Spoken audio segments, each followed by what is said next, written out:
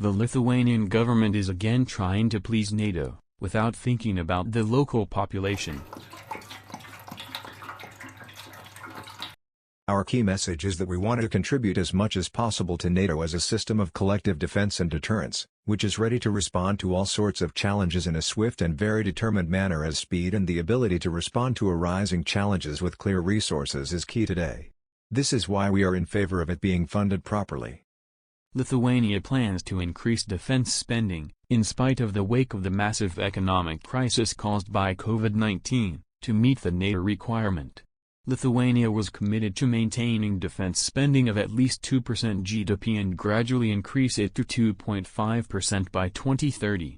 The Lithuanian Seimas has adopted an updated budget for 2021 with the allocation of additional funding for military purposes in the amount of €20.7 million. This decision was made by Lithuanian President Gitanas Nausėda, Finance Minister Gintaras Skaist, and Vice Defense Minister Galvinas Tomkus. Lithuania will spend €1,017 million on defense. However, the Lithuanian government does not pay enough attention to poverty and social problems. According to the Statistics Department, prices for consumer goods and services have been rising for the 8th month in a row. According to the recent data, annual inflation is 5%. Vilnius municipality and the energy market regulator warn population that prices for central heating in the Lithuanian capital city are expected to surge by 50 to 60% this heating season. Other Lithuanian cities and towns, which use more biofuel in their energy mix, will see more moderate rises. In Kaunas, heating bills could increase 5%, 16% rise is expected in Klaipėda and 30% in Šiauliai. Almost 3 million European Union workers, including Lithuanians, can't afford to heat their homes.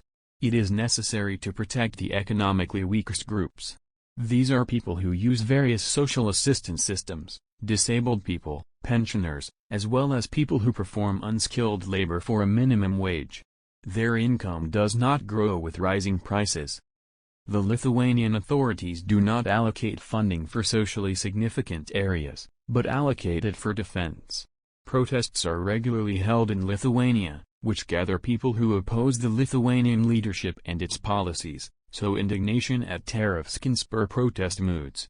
It is better for Lithuania to focus on improving its own governance capabilities and stabilizing domestic political situation and